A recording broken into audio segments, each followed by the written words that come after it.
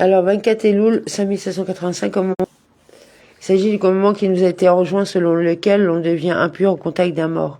Et ce commandement comprend toutes les lois relatives à l'impureté causée par un mort. Amen. Alors 3, Prakim, 24 Elul, 5785, Sefer Tahara, loi relative à l'impureté d'un mort, chapitre 21. 12 Amounou, qu'un récipient fermé hermétiquement préserve ce qu'il contient de l'impureté dans la tente d'un cadavre. Car il est dit, et tout ustensile ouvert qui n'est pas clos d'une fermeture parfaitement scellée sera impur. Ce qui indique que s'il est clos d'une fermeture hermétique, il reste pur. La tradition enseigne que le verset parle seulement d'un récipient en terre cuite, lequel ne contracte l'impureté que via son ouverture. C'est pourquoi, si son ouverture est bouchée et fermée hermétiquement, il préserve de l'impureté tout ce qu'il contient. Il va de soi, a fortiori, que tous les ustensiles qui se contractent par l'impureté préservent eux aussi leur contenu de l'impureté quand ils sont fermés hermétiquement. Ce sont les ustensiles faits à partir d'excréments de bovins mélangés avec de la terre, les ustensiles en pierre, les ustensiles en terre non cuite, les ustensiles faits à partir des os ou de la peau du poisson, les ustensiles faits à partir d'os d'oiseaux, les ustensiles en bois de très grande capacité, les planches de bois plates qui n'ont pas de réceptacle, les ustensiles en métal dont la confection n'est pas déterminée. Tout cela préserve leur contenu de l'impureté quand ils sont fermés hermétiquement. Si les choses qui se trouvent dans le récipient fermé hermétiquement sont préservées de l'impureté dans la tente d'un cadavre, a fortiori, en est-il ainsi des choses qui ont été absorbées par un être vivant et des ustensiles abrités sous un autre Ohel, lui-même situé sous la tente d'un mort. Quelle différence y a-t-il entre un Ohel et les récipients fermés hermétiquement qui préservent leur contenu? C'est que les récipients préservent leur contenu uniquement lorsqu'ils sont clos hermétiquement, alors qu'un Ohel préserve de l'impureté simplement en recouvrant ce qu'il abrite, et une séparation hermétique n'est pas nécessaire. Un entonnoir qu'on a posé à l'envers sur le sol préserve de l'impureté les choses qui sont posées en dessous de lui par le simple fait qu'il les recouvre. Bien que l'extrémité de son tube vers le haut se termine par un petit trou, il est considéré comme fermé. Voici une règle concernant les récipients qui préservent de l'impureté quand ils sont fermés hermétiquement. S'ils comprennent un espace intérieur d'un tefa sur un tefa avec une hauteur d'un tefa et qu'on les retourne en posant leur ouverture contre le sol, bien qu'on n'ait pas appliqué de liant tout autour de l'ouverture de manière à les sceller au sol hermétiquement. Ils préservent de l'impureté tous les objets se trouvant en dessous d'eux jusqu'aux abîmes, car ils sont alors considérés comme un Ohel, et un Ohel préserve de l'impureté ce qu'ils abritent. Cette règle est valable pour tous les 10 récipients, à l'exception des récipients en terre cuite, car un Ohel formé par des récipients en terre cuite ne préserve pas de l'impureté. Comment cela? Dans le cas d'une jarre en terre cuite, posée à l'envers sur son ouverture, bien qu'on l'ait enduit d'argile tout autour, sur les côtés, tout ce qui est en dessous d'elle devient impur, car il est dit une fermeture hermétique sur lui. Ce qui indique que la fermeture hermétique est utile lorsqu'elle est placée sur l'ouverture du récipient, mais non lorsqu'elle est placée à l'envers.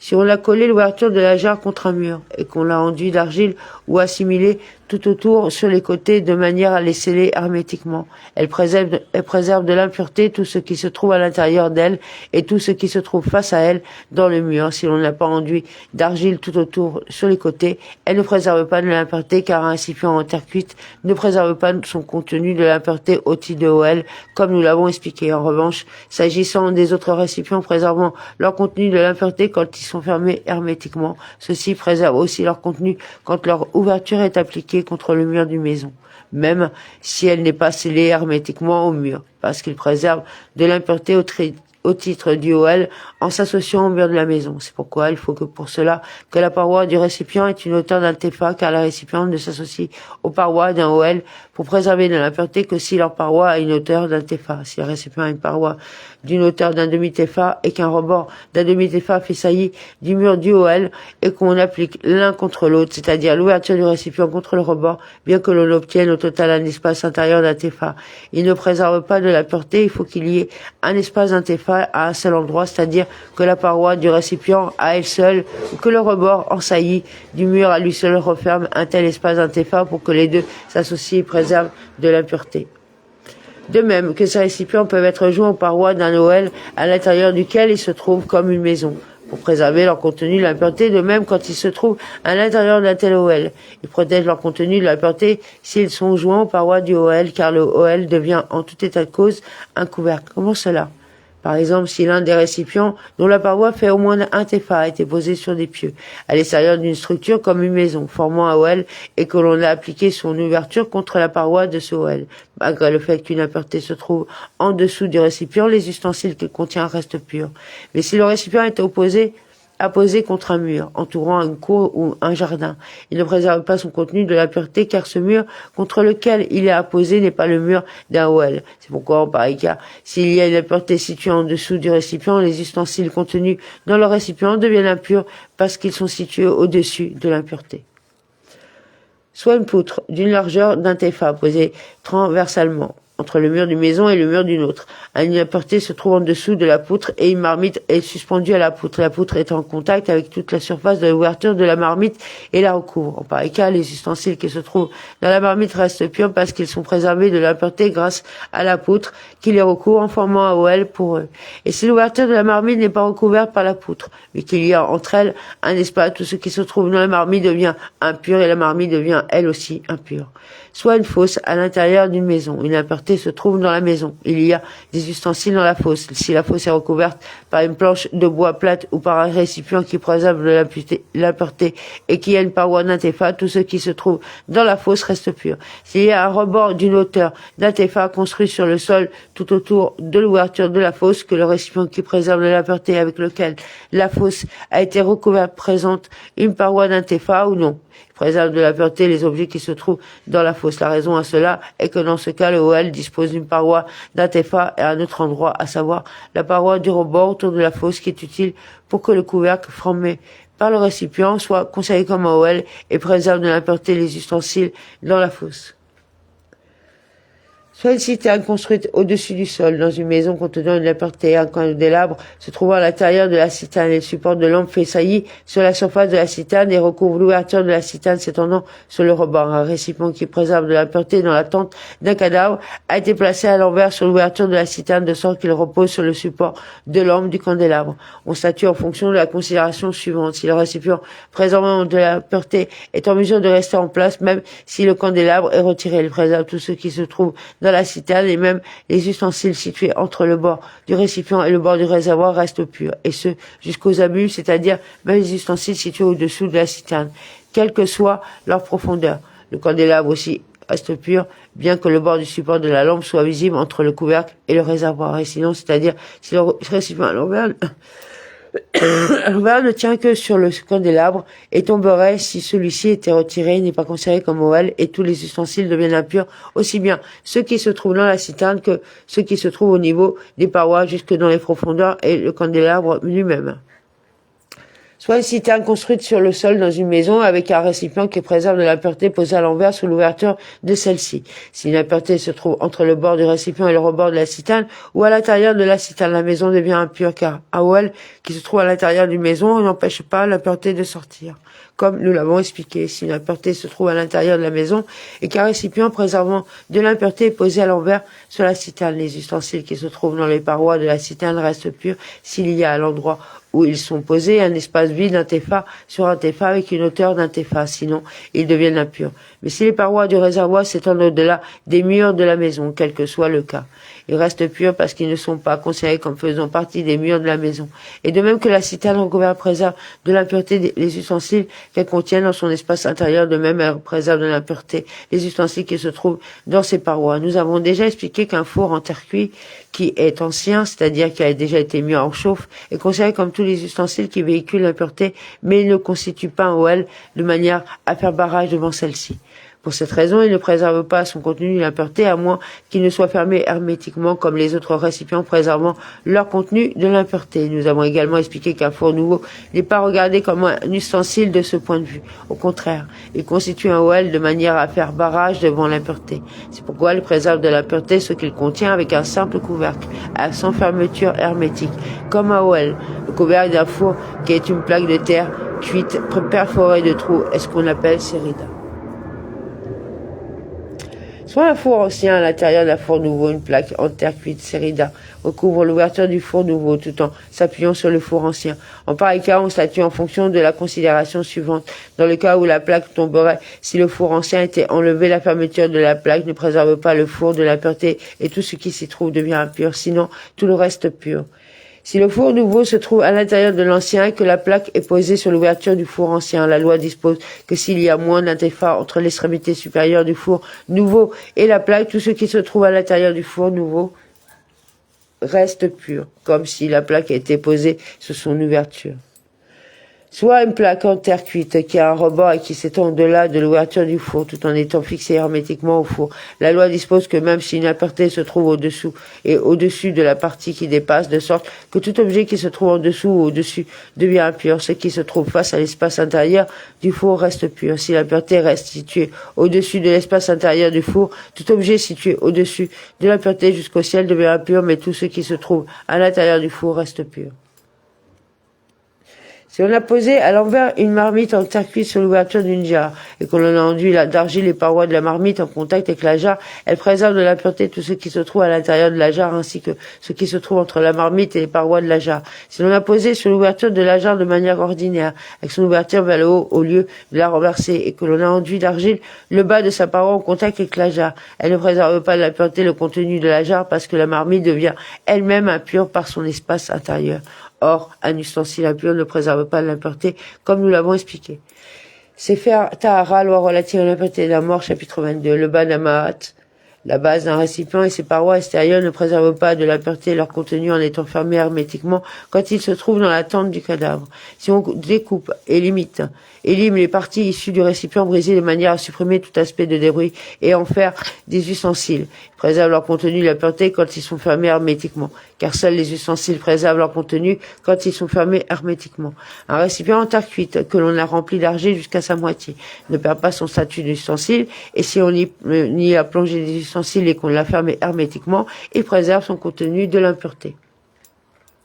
Un récipient en terre cuite préserve son contenu de l'impureté quand il est fermé hermétiquement, à moins qu'il ne soit perforé d'un trou de taille suffisant pour laisser passer une grenade de taille moyenne. Cela s'applique pour un récipient de petite taille. Pour un grand récipient, la fermeture hermétique permet de préserver de l'impureté tant que le trou ne s'étend pas sur la majeure partie du récipient. Comment cela?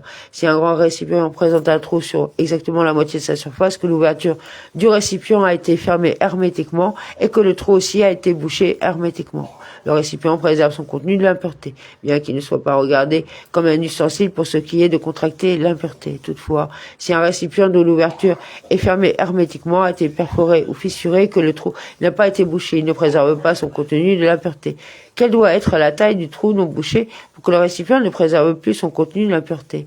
S'il s'agit d'un récipient fait pour contenir des aliments solides, le trou doit avoir une taille suffisante pour laisser passer une olive. S'il s'agit d'un récipient fait pour contenir des liquides, le trou doit avoir une taille suffisante pour laisser pénétrer un liquide.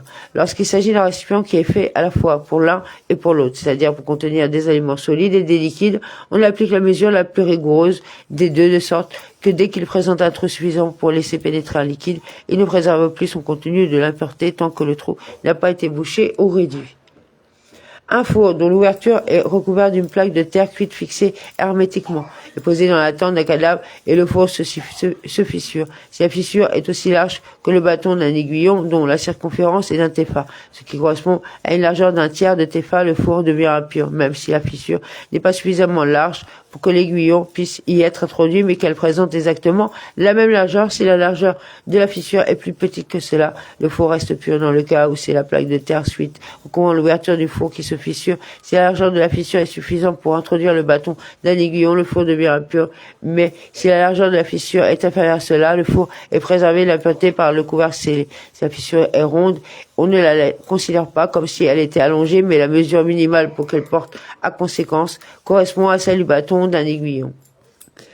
Telle est la règle lorsqu'un four fermé hermétiquement présente un trou dans le bouchon de son trou d'aération, si le trou est de la taille suffisante pour qu'un fusion, tout en étant enflammé, puisse être introduit et retiré sans éteindre par le frottement avec la paroi du trou.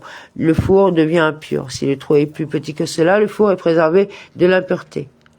Si le four lui-même présente un trou sur le côté, il n'est plus préservé de l'impureté dès lors que la taille du trou permet d'introduire et de retirer un fuseau qui ne reste pas enflammé. De même, si le bouchon d'argile scellant une jarre présente un trou, la jarre n'est plus préservée de l'impureté si la taille du trou permet d'y introduire le second nœud d'une tige de seigle.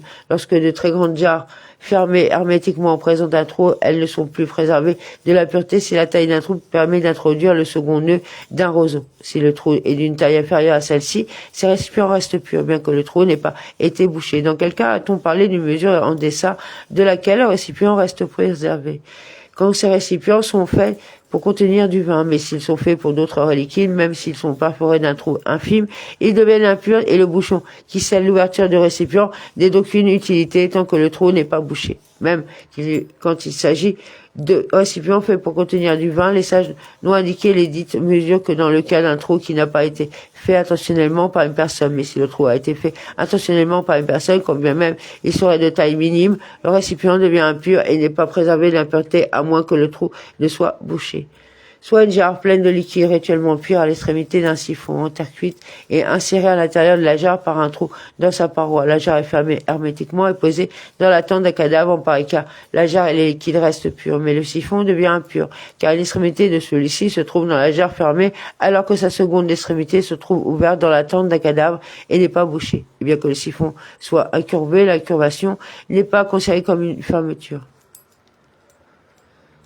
Si une jarre fermée hermétiquement a été perforée sur le côté et que les résidus du vin ou de l'huile, à savoir le marc ou la lie, contenus dans la jarre ont bouché le trou, ce bouchon suffit à sceller le trou et la jarre est préservée de l'impureté. Si on a bouché la moitié du trou avec de l'argile ou quelque chose de semblable et que les résidus ont bouché l'autre moitié, il y a doute si la jarre est préservée de l'impureté ou non. Si on a bouché le trou avec un rameau de vigne, la jarre n'est pas préservée de l'impureté tant qu'on n'a pas appliqué une couche d'argile tout autour du sarment sur les côtés du trou. Si on a bouché le trou avec deux sarments, la jarre n'est pas préservée de la pureté tant que l'on n'a pas appliqué une couche d'argile tout autour sur les côtés et entre un sarment et l'autre. De même, si une planche en bois a été placée sur l'ouverture d'un four et que l'on a appliqué de l'argile sur les côtés, à l'endroit où la planche repose sur le four de manière à la fixer hermétiquement, cela préserve de l'impureté. S'il y a deux planches côte à côte qui recouvrent l'ouverture du four, il faut que l'on ait enduit l'argile la surface de contact entre le four et les planches autour de l'ouverture du four, ainsi que la surface entre les deux planches. Si on a assemblé les deux planches avec des chevilles de bois ou quelque chose de semblable, ou en enroulant autour d'elles des fibres de bambou, de sorte que les deux planches deviennent comme une seule, il n'est pas alors nécessaire d'enduire d'argile la surface entre ces deux planches. Avec quel matériau scelle-t-on l'ouverture d'un récipient qui préserve de l'impureté? Avec de la chaux, de la poudre de terre cuite malaxée avec de l'eau, du gypse, de la poix, de la cire, de l'argile, des déjections, du mortier et tout ce qui peut être enduit à sceller l'ouverture d'un récipient. On ne scelle l'ouverture d'un récipient ni avec de l'étain ni avec du plomb parce qu'il renforce le couvercle sur le récipient mais ne colle pas à lui. On peut sceller l'ouverture d'un récipient avec des figues molles pressées l'un contre l'autre n'ayant pas été rendues aptes à contracter l'impureté ou avec une pâte qui a été pétrée avec du jus de fruits pour ne pas rendre impure la pâte. Ces conditions sont requises car une chose impure ne peut pas faire barrière devant l'impureté.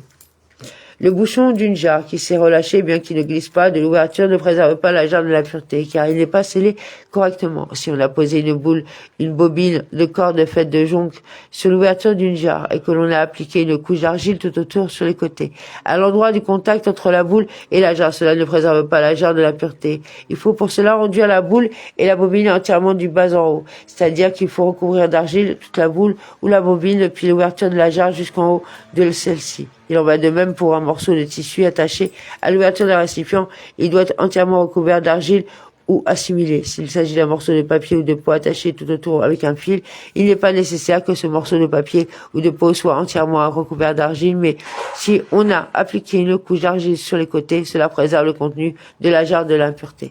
Si on a recouvert une jarre d'une outre en peau de poisson ou de papier que l'on a attaché en bas l'outre où le papier à la jarre à l'aide d'un fil tout autour est appliqué à cet endroit une couche d'argile. Cela préserve la jarre de l'impureté. Mais si l'on n'a pas attaché l'outre ou le papier à la jarre à l'aide d'un fil, bien que l'on ait appliqué une couche d'argile tout autour sur les côtés, cela ne préserve pas de l'impureté. Dans le cas d'une jarre en terre cuite, enduit de poids sur sa paroi intérieure, et si un morceau de la partie supérieure de la jarre en terre cuite est tombé alors que la couche de poids se maintient à cet endroit, et que l'on a placé le couvercle sur la couche de poids en le pressant de telle façon qu'il colle sur la poix, si bien que la poix tient comme une paroi entre le couvercle et le bas de la jarre. Cela préserve la jarre de l'impureté. Il en va de même des récipients contenant de la saumure de poisson, beurre ou autre matière visqueuse semblable qui colle à la paroi en y formant une couche isolante. Lorsque la matière étalée en couche sur la paroi demeure seule présente en haut du récipient, car la paroi supérieure est tombée de sorte que cette couche tient désormais entre le couvercle et le récipient comme si elle formait un porte-tout, surplombant ce dernier, étant donné que le couvercle et le récipient sont collés par la matière gluante qui est entre eux. Cela préserve de l'impureté. Sefer Tahara, loi relative à l'impureté d'un mort, chapitre 23. Tous les récipients énumérés précédemment qui préservent leur contenu de l'impureté en étant fermés hermétiquement préservent tout ce qu'ils contiennent, aussi bien les aliments que les liquides, aussi bien les vêtements et les ustensiles susceptibles de contracter l'impureté et d'être purifiés en étant immergés dans un migvé. Telle est la loi de la Torah. Cependant, les sages ont décrété qu'un récipient en terre cuite, fermé hermétiquement, ne préserve de l'impureté que les aliments, les liquides et les autres ustensiles en terre cuite se trouvant à l'intérieur. Mais s'il y a des ustensiles susceptibles d'être immergés ou des vêtements à l'intérieur d'un récipient en terre cuite, fermés hermétiquement, ils ne sont pas préservés de l'impureté de la tente et deviennent impurs. Pourquoi les sages ont-ils décrété qu'un récipient en terre cuite, fermé hermétiquement, ne préserve pas du tout, tout type de contenu, contrairement aux autres récipients préservant de la pureté. Parce que les autres récipients qui préservent de l'impureté ne sont pas du tout susceptibles de contracter l'impureté, alors qu'un récipient en terre cuite est susceptible de contracter l'impureté. Et on a pour règle qu'un ustensile impur ne fait pas séparation devant l'impureté. Ainsi, si un récipient en terre cuite devient impur, même s'il est ensuite fermé hermétiquement, il ne fera pas barrage devant l'impureté et ne préservera pas son contenu. Or, tous les ustensiles appartenant à des ignorants sont présumés impurs comme il sera expliqué. Et pourquoi les sages n'ont-ils pas décrété que seuls les récipients en terre cuite appartenant à des ignorants ne préservent aucun type de contenu, et que les récipients en terre cuite appartenant à un ravers puisse au contraire préserver tout type de contenu conformément à la loi biblique, puisque ces récipients sont purs, parce qu'un ignorant ne se considère pas lui-même impur, et il se dit, étant donné qu'un récipient en terre cuite fermé hermétiquement préserve tout son contenu de l'impureté, cela s'applique sans distinction pour moi comme pour un ravers. C'est pourquoi les sages, soucieux du danger que cela pourrait causer, comme il va être expliqué, ont décrété qu'un récipient en terre cuite fermé hermétiquement ne préserve pas tout type de contenu, excluant les ustensiles susceptibles d'être immergés au migvé. Et pourquoi ont-ils dit que le récipient en terre cuite préserve de l'impureté aliments liquides et ustensiles en terre cuite se trouvant à l'intérieur de lui? Autrement dit, pourquoi n'ont-ils pas tout bonnement décrété que tout le contenu du récipient en terre cuite deviendrait impur en raison du souci précédemment évoqué? Parce que ces trois choses sont toujours présumées impures quand elles sont en possession d'un ignorant, que ce soit avant d'avoir été introduit dans la tente d'un cadavre ou après y avoir été introduit recouvert d'une fermeture hermétique. Ainsi, un ravers, scrupuleux dans l'observance des règles de pureté rituelle, n'empruntera jamais d'aliments, de liquides ou d'ustensiles en terre cuite à un ignorant, si ce n'est en les considérant comme impurs, puisque ceux-ci ne peuvent jamais être purifiés. Il n'en viendra donc pas à trébucher. En revanche, il arrive qu'un ravers emprunte à un ignorant des ustensiles ou vêtements que l'on peut purifier par immersion au migvé. Il les immerge dans un migvé du fait de l'impureté que l'ustensile a contractée par le contact avec l'ignorant, présumé impur rituellement, attend jusqu'au soir et utilise cet ustensile pour de la nourriture qui doit être gardée en état de pureté, taharot. C'est pourquoi les sages se soucient de l'éventualité qu'un ravers emprunte un ignorant un ustensile susceptible d'être immergé au migvé qui se serait trouvé sous la fermeture hermétique du récipient en terre cuite de ce dernier, dans l'attente d'un mort. L'ignorant penserait que l'ustensile a été préservé de la pureté en vertu de la fermeture hermétique de son récipient, alors qu'en vérité le récipient en terre cuite étant lui-même impur, il ne préserve pas son contenu de l'impureté même quand il est fermé hermétiquement, si bien que l'ustensile en question a contracté une impureté de 7 jours. Le ravers, ignorant cela, se contenterait d'immerger l'ustensile dans un migvé en attendant jusqu'au soir et l'utiliserait pour des choses dont l'état de pureté doit être préservé, et en viendrait ainsi à trébucher. Pour cette raison, les sages ont décrété qu'un récipient en terre cuite, fermé hermétiquement, ne préserverait pas de la pureté un ustensile susceptible d'être purifié par immersion qui se trouve à l'intérieur de lui. Une personne qui se trouve à l'intérieur d'une jarre fermée hermétiquement reste pure, même si la jarre sert de golel pour une tombe. Il me semble que s'il n'y a pas eu de décret des sages concernant une personne située sous une fermeture hermétique dans un récipient en terre cuite, c'est parce qu'il s'agit d'un cas qui n'est pas courant, et dans tout cas non courant, les sages n'ont pas appliqué de décret. Les ignorants sont dignes de foi concernant l'état de pureté des récipients en terre cuite destinés à être utilisés pour les cendres de la vache rousse ou pour les offrandes parce qu'en raison de la rigueur de la loi relative aux offrandes et à la sanctification de l'eau lustrale, ils s'y montrent très méticuleux. C'est pourquoi ces récipients sont présumés purs et préservent toutes les choses qu'ils contiennent, y compris les ustensiles susceptibles d'être immergés en étant fermés hermétiquement, bien qu'ils soient en terre cuite. Soit une maison à 2 étages avec une ouverture dans le plafond entre la maison et l'étage du dessus. Une impureté se trouve dans le rez-de-chaussée de la maison et une marmite en terre cuite est posée sous l'ouverture du plafond. La marmite présentant un trou de taille suffisant pour laisser pénétrer un liquide. En pareil cas, la marmite est impure parce que l'impureté s'y répand via le trou, mais ce qui se trouve à l'étage reste pur car la marmite fait séparation devant l'impureté bloquant celle-ci et l'empêchant de se répandre à l'étage. Si la marmite est intacte, sans aucun trou, tout ce qui se trouve à l'étage parmi les aliments, les liquides et ustensiles en terre cuite restent purs, mais les personnes et les ustensiles susceptibles d'être purifiés en étant immergés au milieu deviennent impurs car un récipient en terre cuite ne fait séparation qu'au regard des aliments, des liquides et des ustensiles en terre cuite. En tout état de cause qui se trouve à l'étage, qui reste pure, est considérée comme si elle se trouvait à l'intérieur d'un récipient en terre cuite fermé hermétiquement. Et à la différence d'un cas d'un homme se trouvant à l'intérieur d'une jarre fermée hermétiquement, les sages ont, dans le présent cas, déclaré que l'homme se trouvant à cet étage-là sera impur, parce que c'est un cas courant. C'est pourquoi, puisque la loi dispose dans cette situation que toute chose qui peut être purifiée au mikvé devient impure, alors que toute chose qui ne peut pas être purifié reste pur. S'il y a à cet étage un récipient en métal ou autre récipient semblable qui est rempli de liquide, le récipient devient impur pendant 7 jours, mais le liquide reste pur. S'il y a à l'étage une femme en train de pétrir une pâte dans un pétrin en bois, la femme et le pétrin deviennent impurs pendant 7 jours, alors que la pâte reste pure tout le temps qu'elle la manipule sans s'arrêter. Si elle retire ses mains et touche ensuite de nouveau la pâte, elle la rend impure.